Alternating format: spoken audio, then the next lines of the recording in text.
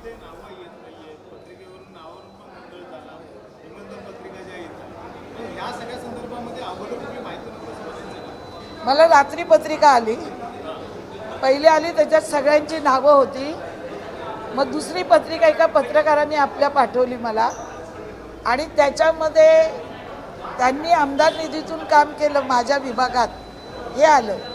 आता माननीय मुख्यमंत्र्यांनी सांगितलं ते तुमच्या विभागात पैसे देऊच शकत नाही, पण मला तर वाटतं जाणीवपूर्वक त्या पत्रिकेत टाकून वाद निर्माण करण्याचा प्रयत्न करण्यात आलेला आहे. आता कोणी केला काय केलं त्याचा तपास चालू आहे. सकाळी मला कलेक्टर साहेबांचा ठाण्याचा फोन होता, त्यांना मी तेच सांगितलं की तुम्ही फंड कसा काय मंजूर केला. ते बोले आम्ही असं काहीच केलेलं नाही. मग ती जाणीवपूर्वक पत्रिका केली असावी जेणेकरून मला त्रास देण्याचं काम असेल. काल मी गेली पण तिथे त्यांचे सगळे नगरसेवक त्यांनी धक्काबुक्की केली अक्षरशः. मला जागा कमी होती आणि मग मी इथं पहिला कार्यक्रमात मी पीठ कापताना होती, दुसऱ्या ह्याच्यात मी निघून गेली होती.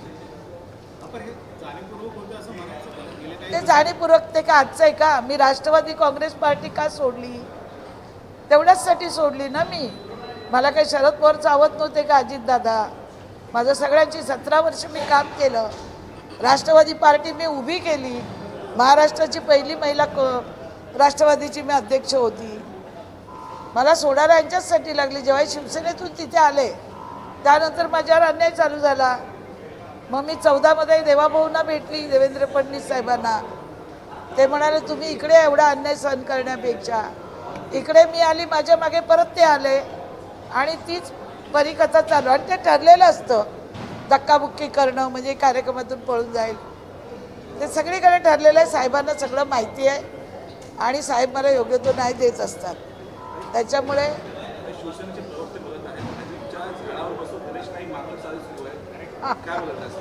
खरी गोष्ट आहे. भारतीय जनता पार्टीत आले नसते तर ते आमदार आणि मंत्री झाले असते का?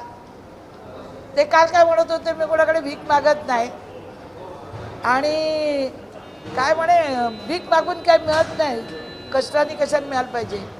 अहो तुम्ही कुठून कुठून जॅक लावले म्हणून तुम्ही मंत्री झाले. त्या भारतीय जनता पार्टी तुमच्या अगोदर मी आलेली आहे. काय बोलायचं एक करायचं एक, ते त्यांची सवय आहे आणि त्यांची लोक सगळे प्लॅनिंग करूनच येतात. असे गट्टा येणार धक्का. आणि आदरणीय साहेबांना सगळं माहिती आहे, त्यामुळे परत परत सांगायची काही गरजच नसते. कुठे नेमका हा जॅकपॉट लावला होता त्यामुळे हे मंत्री वगैरे झालं असेल? सगळ्यांना माहिती आहे कुठून त्यांनी केलं ते. सगळ्यांना माहिती आहे, अख्खा महाराष्ट्राला माहिती आहे. मी सांगायची गरज आहे का? या सगळ्या ह्याच्यात कुठेतरी मंदा मात्रेंवर अन्याय होतो असं वाटतं? माझ्यावर अन्याय नाही होत.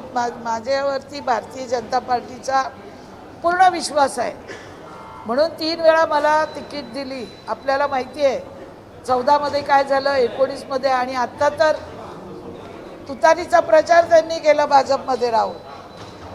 आणि भारतीय जनता पार्टीला माहिती आहे तिथं झेंडा घेणारा भारतीय जनता पार्टीचा एकमेव मंदा म्हात्रे आहे. हे भारतीय जनता पार्टीला माहिती आहे, माननीय मुख्यमंत्र्यांना माहिती आहे, माननीय अध्यक्षांना माहिती आहे, वरिष्ठ नेत्यांना, अमित शहाजींना, सगळ्यांना माहिती आहे की इथे नव्या मुंबईमध्ये जर असेल भारतीय जनता पार्टीचं ते मंदा म्हात्रे आहे. मी स्वतःहून म्हणून नाही सांगत आहे, तुम्हाला पण कल्पना आणि तुम्ही माहिती घेऊ शकता. धन्यवाद.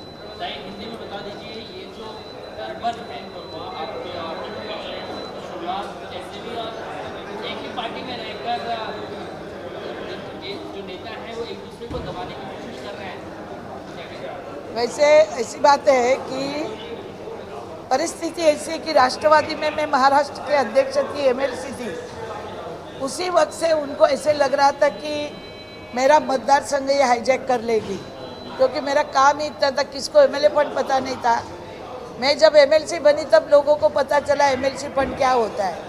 और जब मैं भाजपा में आई तो ये भी भाजपा में आ गए, तभी वहाँ मुझे तकलीफ देते थे. मैंने बहुत बार आदरणीय शरद पवार जी को ये बात कही थी कि मुझे बार बार तकलीफ दी जाती है, मेरा नाम कट किया जाता है, मुझे मंच पर बिठाया नहीं जाता है, मुझे हालांकि सब लोगों के सामने मुझे बेइज्जत की जाती है, अपमान में सहन नहीं कर सकती हूँ. और इसीलिए मैं भारतीय जनता पार्टी में गई. अभी भारतीय जनता पार्टी में आने के बाद वो भी मेरे पीछे पीछे आ गए। तो ये सिलसिला पहले का था, वो आगे वही चालू है।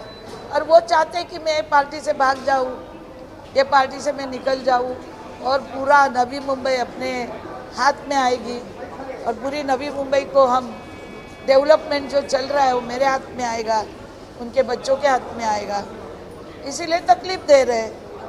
एक सवाल ये भी है, ऑपरेशन टाइगर की एक बार फिर चर्चा हो रही है। ये कहा जा रहा है कि उद्धव जी के साथ जो भी सांसद बचे हुए हैं उनमें से 6 से 7 सांसद जो हैं एक बार फिर एकनाथ शिंदे के नेतृत्व में घोषणा करके शिवसेना में शामिल हो रहे हैं। ये टाइगर जो ऑपरेशन है, हाँ, ये जो चल रहा है, ये सक्सेस ही होने वाला है,